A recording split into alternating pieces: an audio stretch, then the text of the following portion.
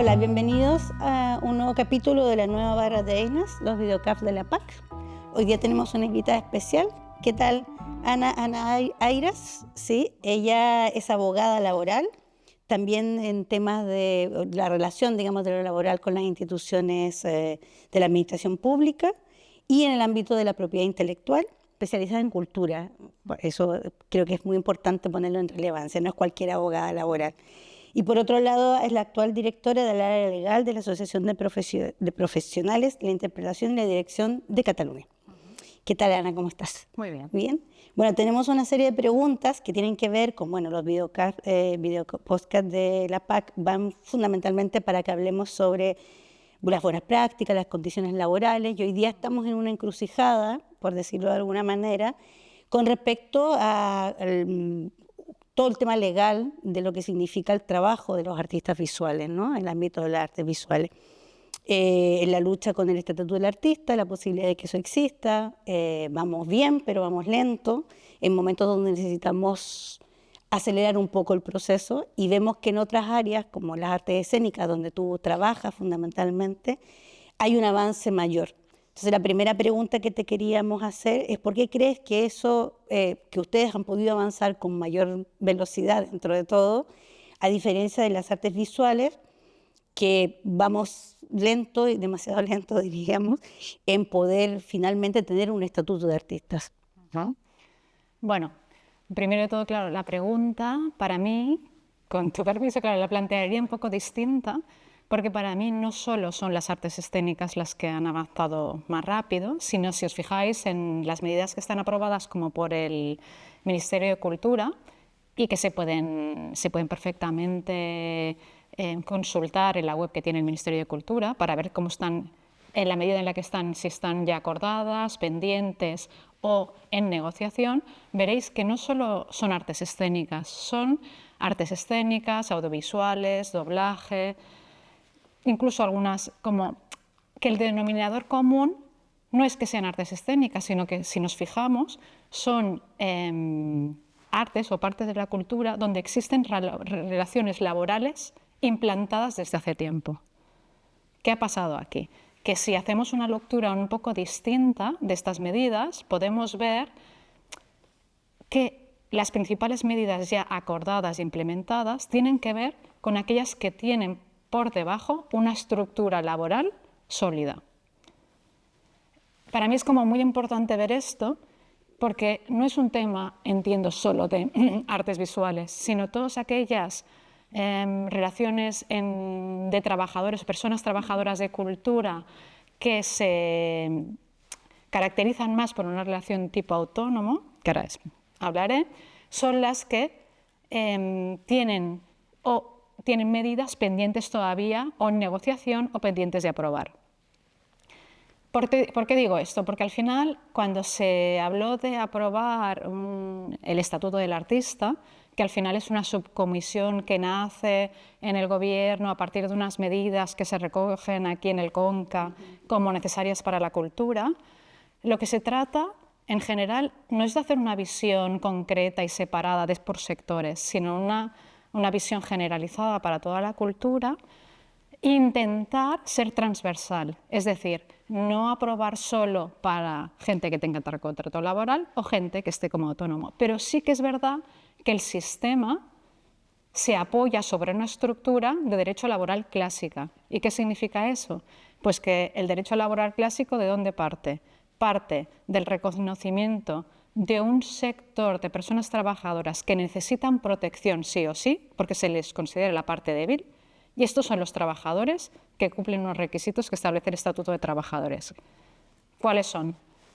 Pues tú no trabajas para ti mismo, trabajas para otra persona. Por lo tanto, hay una relación de dependencia, hay una ajenidad no solo en los riesgos, pero esta es muy importante, es de los riesgos son de otra persona que es la ocupadora, es a cambio de una retribución. Por lo tanto, hay una serie de características que ya de base hacen que la legislación entienda que esas personas se las ha de proteger y las considera como débiles. Entonces, toda la estructura laboral, de seguridad social también, está diseñada a partir de ese modelo. Entonces, tradicionalmente, al trabajador autónomo se le considera como un pequeño empresario. Por lo tanto, no necesita tanta protección y su ámbito de acuerdos se basa en el principio de autonomía de la voluntad. Yo, como pequeño empresario, puedo decidir cuándo, cómo trabajo, qué cobro, a diferencia de la estructura clásica del trabajador.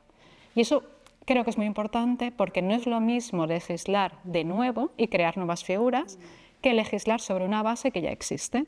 Entonces, las medidas del Estatuto del Artista, ¿cuándo son más fáciles de implementar?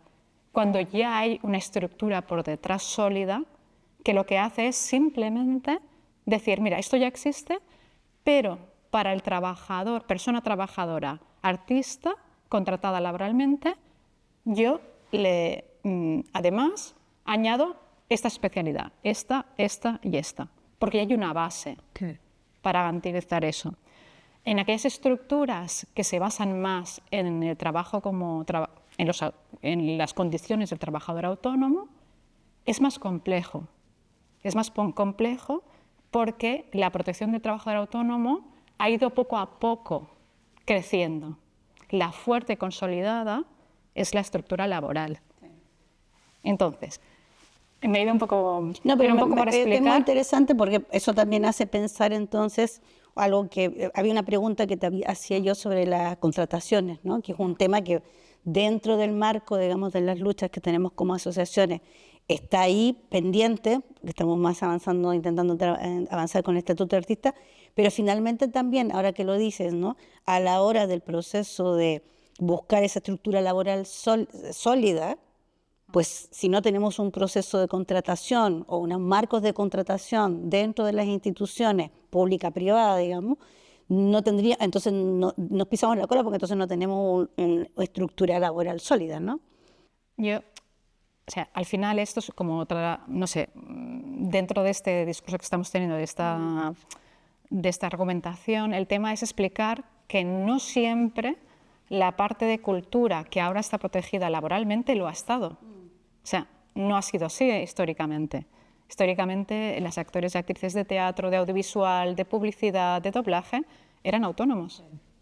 No había una relación clara que protegiera y que te permitiera decir que tengo que hacer un contrato laboral, sí o sí. Se ha tenido que luchar.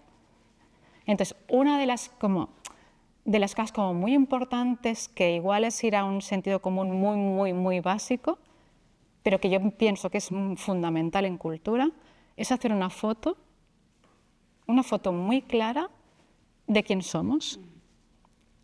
Aquí, pues como asociación que protege o defiende los derechos de los artistas visuales, ¿no? Hagamos una foto de qué tipo de personas, trabajadoras, artistas visuales, creadores tenemos. Y una vez tenemos esa foto, porque en esa foto veremos si trabajan exclusivamente en proyectos de creación, si son gestores culturales, si me invento, son profesores de escuelas. Eso es muy importante, porque dentro de ese conglomerado de situaciones puede haber alguna que sí que pueda ser, que pueda encajar en una situación laboral clásica, que no tiene por qué ser la solución, pero la foto yo creo que es muy necesaria.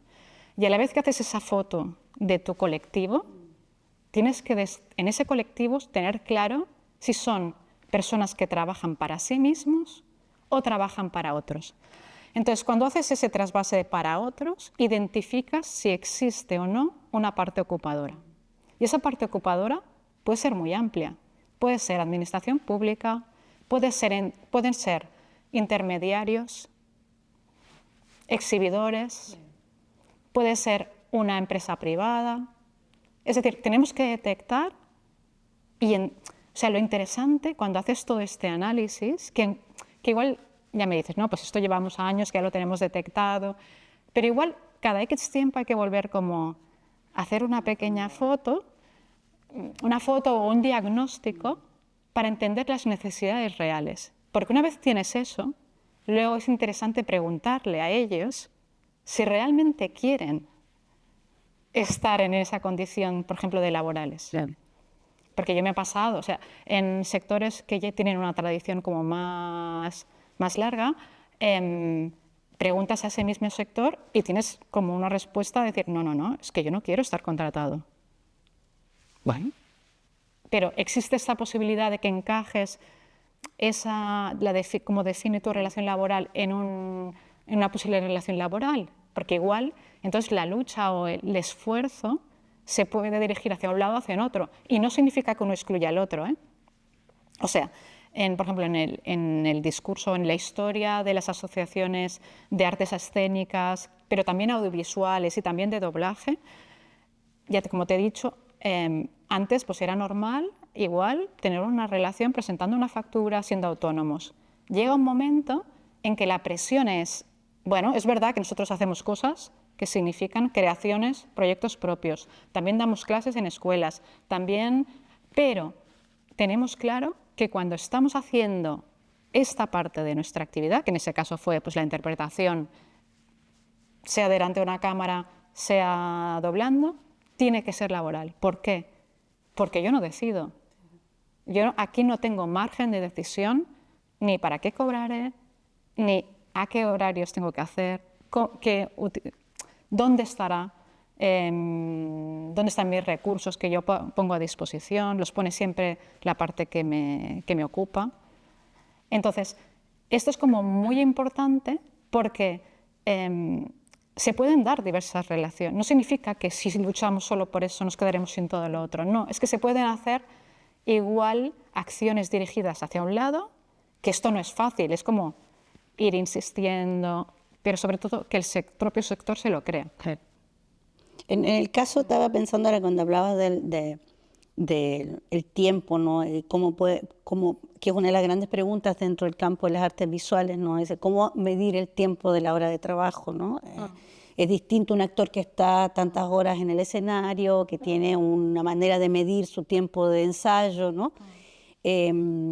¿Cómo lograron llegar a esa medida, por ejemplo, dentro de las artes escénicas? Pues, esto es muy interesante porque ahora precisamente, ahora parece fácil, pero cuando lo tienes ya hecho parece fácil.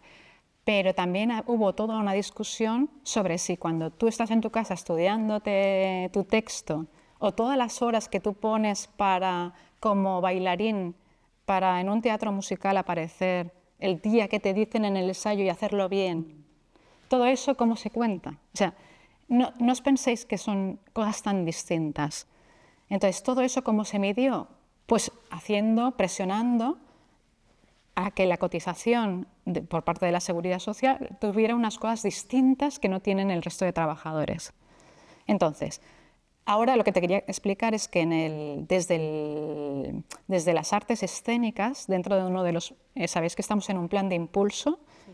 Entonces, en estas medidas de entrada al plan de impulso de la Generalitat, una de las medidas es en la creación de un código de buenas prácticas en las residencias artísticas. Entonces, esa parte previa de la creación tampoco no está cubierta. Pero ¿qué se ha tratado? Pues ir hacia un consenso porque se ha identificado que el sector ahí tiene un problema. Tiene un problema. Entonces, no todas las soluciones vienen por ir a la estructura clásica, ir a la seguridad social, sino en crear un consenso. Que cómo nace ese consenso a través de la creación de códigos de buenas prácticas, o sea, existen otras maneras posibles que son interesantes de identificar.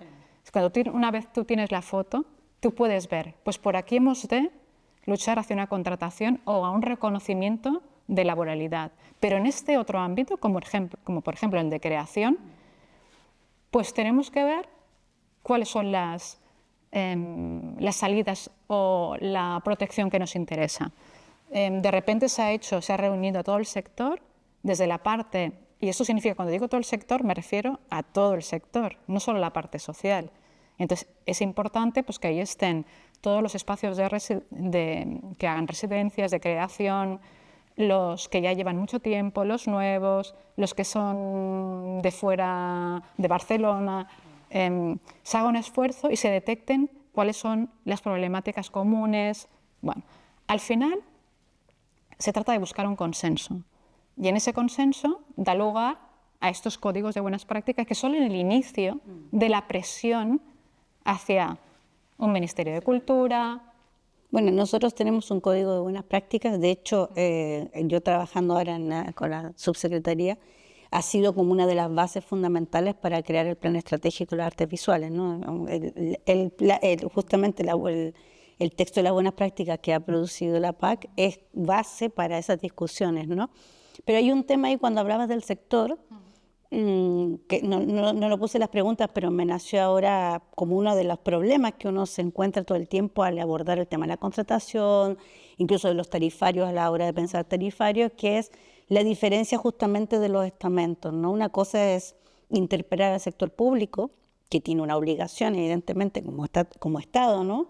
Con respecto a los trabajadores y las trabajadoras, pero otra cosa es entrar en relación con el sector privado, ¿no? De hecho, uno de los escollos que tenemos para pensar en un posible tarifario es que no podemos establecer un tarifario fijo porque eso atentaría un poco contra el sector, digamos, del libre mercado, ¿no?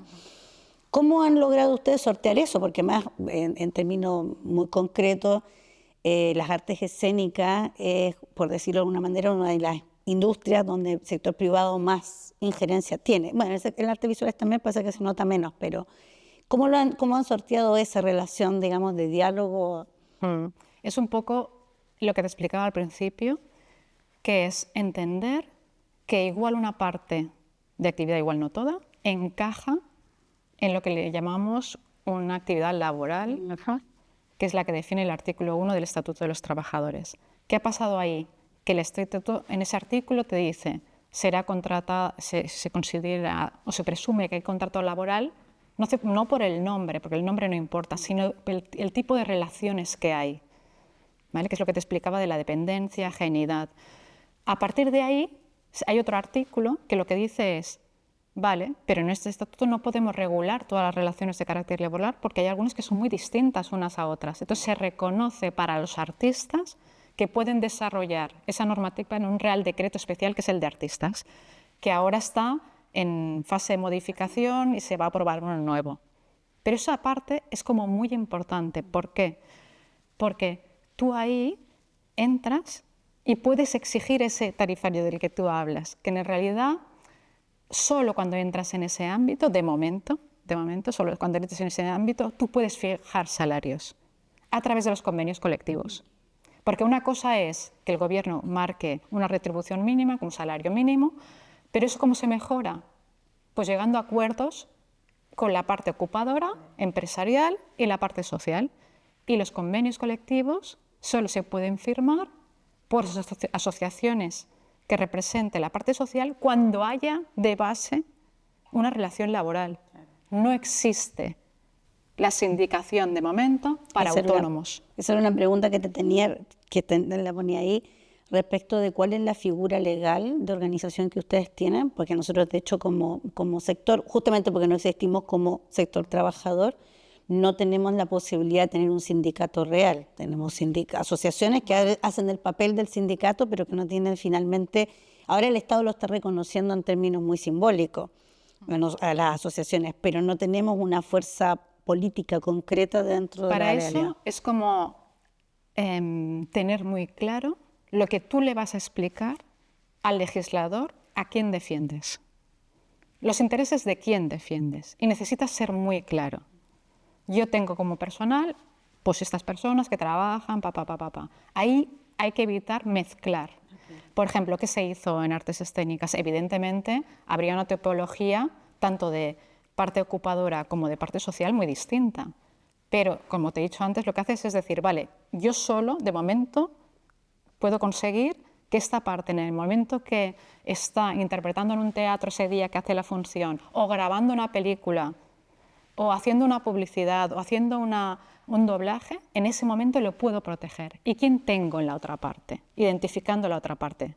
O sea, tú se lo tienes que poner muy fácil, dijéramos, al legislador, a quien... Entonces, ¿quién tengo en la otra parte? Pues yo tengo administración pública, tengo, pues en teatro, pues teatros públicos, tengo pequeñas compañías, ¿vale? Que eso es importante, que es el mismo trabajador que se organiza para crear un proyecto propio, pero ahí está como parte empresarial.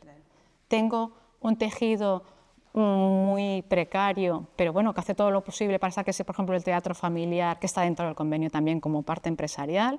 Tengo un sector privado muy potente. O sea, es para que veas que es un... Pero se identifican muy bien las partes. Entonces, a partir de ahí, somos una asociación, en el caso de la Asociación de Profesionales de Interpretación y la Dirección. Es una asociación de carácter sindical, ¿vale?, que representa un colectivo determinado. ¿Vale? Dentro de esta misma asociación, otra de las cosas muy interesantes es detectar diferentes sectores de actividad. Hay, por ejemplo, no es lo mismo un trabajador, una persona, una actriz o un actor que trabaja en el sector del teatro que en el de audiovisual. Tampoco en el doblaje, claro, y tampoco en la publicidad. Entonces se diferenció y se disgregó dentro de la asociación los 4 o 5 ámbitos de actividad, porque son totalmente distintos. Entonces ahí cada uno se intentó llegar a acuerdos con las partes empresariales que detectábamos. Y estas partes empresariales también son distintas. O sea, en teatro se da, cosa que es complejo en otros ámbitos, esto que ahora te explicaba, que hay administración pública como parte ocupadora y está sentada, firmado el convenio con nosotros. Sector privado, pequeñas compañías y a un teatro familiar mucho más pequeño. En cambio, en audiovisual están las productoras. En publicidad, que es un encaje muy complicado porque no es la estructura clásica de la industria, sino que hay intermediarios, como son las agencias de representación, como pueden ser pues los representantes, y hay un cliente final. Se ha conseguido también encajarlo, porque entonces se ha obligado a la productora a dar de alta, independientemente de lo que diga el cliente, independientemente. En doblaje también es distinto. En doblaje, el cliente final, que pueden ser pues, las grandes plataformas como Netflix, como HBO, como TV3, no están como ocupadores. ¿Y quién está? Pues los estudios de doblaje, que son los intermediarios. O sea, es verdad que esto parece como muy sencillo, pero es difícil llegar a todo esto. Entonces hay que hacer como un análisis, pero yo creo que con ayuda, de juristas, de gente que pueda ayudar a hacer toda ese análisis más profundo. Claro, porque me queda muy claro que cuando nosotros cuando hablamos de sector, terminamos hablando de nosotras las trabajadoras en términos, como dices, de la fuerza social que tenemos, ¿no? Y no en esa división tan compleja en el cual habitamos como trabajadoras, ¿no? Ahora ponías el ejemplo, ¿no?, de las productoras. Nosotros en el ámbito de las artes visuales también tenemos una serie de empresas de mediación cultural, o finalmente estas trampas que hacemos a veces a la hora de contratación, de utilizar cooperativas, asociaciones para poder facturar, porque evidentemente nuestra forma de facturación es tan menor que darse de autónomo, que es el otro tema que queremos abordar en esta charla, termina siendo un desangre económico para las trabajadoras finalmente, ¿no? Entonces creo que es muy importante. Nosotros estamos como asociación hace tiempo trabajando en ello, lo que es muy complejo y muy de larga data. Creo que también el problema es la temporalidad disonantes entre la urgencia de tener un estatuto de artista, tener una posibilidad de formas de contratación no organizada y por otro lado el proceso mismo a desarrollar, ¿no? Yo aquí te quería comentar que lo que te estaba explicando es como una organización muy clásica, que ha costado tiempo que se llega ahí, pero luego también hay otras asociaciones que el objetivo no es tener un convenio colectivo, porque no pueden, porque ya de inicio asumen que sus relaciones no van a ser nunca laborales, sino son como autónomos culturales, que ahora hablaremos si quieres de ese tema, ¿no? Donde igual la contratación es tan compleja que ya asumen como asociación que van a defender los intereses de ese colectivo, pero no tiene que pasar por la consecución de un convenio colectivo. que sería más laboral. Entonces, ¿cuáles son esas? Pues la Unión de Músicos. Existen muchas asociaciones culturales que tienen presión, fuerza y que están negociando a nivel de ministerio muchas de las medidas que no tienen convenios. No tienen convenios, pero tienen una realidad que tienen clara. Y en los estatutos la definen de manera muy clara para poder entrar. Entonces, otra cosa es que la situación que existe ahora es verdad, que ya es una, y cómo nos sumamos, y la pregunta es esa, ¿no? ¿Cómo nos sumamos en esa lucha que ya está iniciada? Lo que te decía de la foto es muy interesante también por otro tema. Es porque cuando tú detectas tus necesidades, puedes ir a otras organizaciones que ya existen de ámbito estatal, que son confederaciones de sindicatos, que ya están luchando por lo mismo que tú al final sabes que necesitas. Y ahí te puedes unir en esa lucha. Nosotros estamos en la Unión de Artistas Visuales del Estado Español, justamente, que es efectivamente la maquinaria, digamos, de más fuerza a nivel estatal. Pero que efectivamente las desigualdades de los procesos en cada territorio, lo sabemos, hace que también la posibilidad de unificación siempre es muy compleja, ¿no? En términos de pensar toda la problemática a nivel estatal, siendo tantos estados jamás.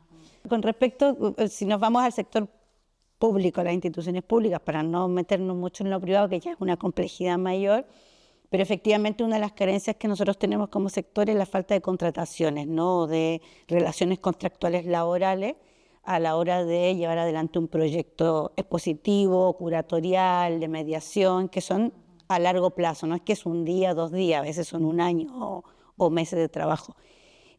Tenemos ese gran problema y claro, por un lado se nos pide a nosotras que seamos como asociación o como sector las que demos el salto a la hora de pensar qué tipo de contratación, cuando en realidad debería ser la institución pública la que ya tuviera, digamos, efectivamente la voluntad y el trabajo hecho de crear esas formas, digamos, de contratación o contractuales, ¿no? Bueno, aquí entramos en un bosque importante, en un problema. Bueno, aquí ya sabes que cuando entra la administración pública se rige como por una normativa muy concreta, que ellos dicen, bueno, pues nosotros nos tenemos que regir por un lado, si es contratación de personal, la ley del empleado público, que tiene que pasar pues una serie de capacitación, méritos, publicación, bueno, y por otro lado, lo que serían aquellos servicios que se contratan como un contrato mercantil, dijéramos, un servicio, pues un encargo de una obra, un tal. Lo que pasa que cuando se modificó, la última modificación del Real Decreto de Artistas, a través de un Real Decreto que es el 5/2022, se introdujo una modificación en este Real Decreto precisamente para incorporar a la administración pública como ocupadora. Ya llevamos tiempo en que el ocupador en el Real Decreto de Artistas, el 1435-1985 de 1 de agosto, que ahora se está reformando, ¿vale? En este ya se reconoce a la administración pública como empleadora. Vale. ¿Esto qué significa? Pues que hay una puerta abierta ahí. Hay una puerta abierta ahí para la contratación directa laboral de artistas. Vale, no es fácil. Nosotros desde la asociación, donde ahora estoy trabajando, se han hecho unas jornadas precisamente para hablar con toda esta administración local, básicamente pues interventores, directores de recursos humanos de pequeños de ayuntamientos, técnicos de cultura. Se ha hecho a través de la Federación Municipis de Cataluña, la FMC, para explicar que es posible esa contratación directa, que no hace falta hacer una ficción jurídica de un servicio a través de una factura, sino que existen ahí, ya están las herramientas. ¿Por qué no se utilizan? Por desconocimiento, por falta de formación, a veces de cosas muy sencillas, no saber dar de alta a un artista, en el régimen que toca del propio grupo de recursos humanos, porque no tienen, no es por disculparlos, porque no tienen medios para asumir todo esto. El ICUP está haciendo un trabajo ahí también importante, de entender que se puede, que existe esa modificación legal que les da una vía para poder entrar por ahí. Esa sería una manera. Otra manera es cuidar, que también se está trabajando mucho, porque hay toda una serie de recomendaciones a través de, no sé si sabéis, que en las jornadas de Mercartes se estableció también a través de organizaciones como Faeteda, se está luchando por el establecimiento de unas condiciones mínimas en la contratación artística. Entonces ahí se están haciendo un decálogo también de medidas que son las que ayudarían a que el sector de la cultura no tenga que pasar por la burocracia tan grande que existe para cuando se necesita contratar un servicio cultural. Entonces, hay más herramientas de las que sabemos. Entonces, el tema es conocerlas, trabajar si es posible o no, darlas a conocer, mucha pedagogía para que se conozcan, pero desde esta hasta las más sencillas, hasta las más sencillas, porque trabajando, por ejemplo, en el Código de Buenas Prácticas de Residencias Artísticas, te das cuenta de la importancia del simple hecho de que se conozca qué significa hacer un contrato entre dos partes, que sea escrito. O sea, cosas tan básicas que en el sector no se hacen a veces, no se escriben, no se firma, no se... Entonces, cosas tan sencillas que se desconocen y que podrían ayudar a ir paso a paso. Claro, si tú no asumes obligaciones de una manera muy concreta, luego no son exigibles. Entonces, todo eso, que al final es poner a disposición el conocimiento de los instrumentos jurídicos adecuados, puede ayudar mucho a tirar adelante. Totalmente. Vamos de lo pequeño a lo grande. Totalmente de acuerdo. Nosotros en algún minuto con la PAC, en alguna reunión con la conseller de Cultura, le decíamos, había alguien más de administración, que era necesario que en las instituciones públicas hubiese personal, ¿no? Que supiera de alguna manera abarcar estas cosas a la hora justamente de pedirle un presupuesto, de pedir una factura a un artista. Claro, un poco de vuelta nos devolvían la pelota diciendo, bueno, ustedes se tienen que informar, ¿no? Y yo decía, pues, le insistía, yo pienso que debería ser la institución la que debería poner las herramientas en la mesa para que pues, nosotras podamos de alguna manera llegar a ello, pero cuando te mandan de repente un facsímil de 40 hojas explicando cómo facturar, pues finalmente uno termina más agobiado. Ya, pero ¿cómo vas a facturar si no estás dado alta de autónomo? Exactamente. Que esa es siempre nos estamos pisando ahí la cola, ¿no? Te piden y te exigen darte de alta de autónomo para poder facturar porque no te pueden contratar cuando existen las herramientas concretas de ahora, la posibilidad de contratar. Sí, que no son fáciles, pero que sería una solución más legal, jurídicamente más justa, que admitir una factura hecha por una cooperativa de facturación. Cooperativa o empresa, perdón. Pero me refiero, bueno, aquí son cosas que no son tan sencillas, ya lo sé, pero que es verdad que hay que escribirlas, detectarlas y ver si hay posibilidades de llegar a alguna solución. Y yo creo que en cultura es muy necesario, porque no es fácil detectarlo, y luego hay muchas cosas comunes. De la mayoría de asociaciones que luchan por la defensa, hay muchísimas cosas comunes y que ahí se podrían ayudar y se podrían detectar cosas para acercar el conocimiento, llegar a consensos y luchar juntos. Pues muchas gracias, ha sido fantástico la cantidad de información, sobre todo de herramientas que a nosotras como asociación nos sirven mucho, pero también a las compañeras que están en la asociación, que de alguna u otra manera están padeciendo, porque hay que decirlo, estas complicaciones de vivir día a día, ¿no? Así que te lo agradecemos muchísimo tu tiempo. Gracias a vosotras por la invitación. Encantada.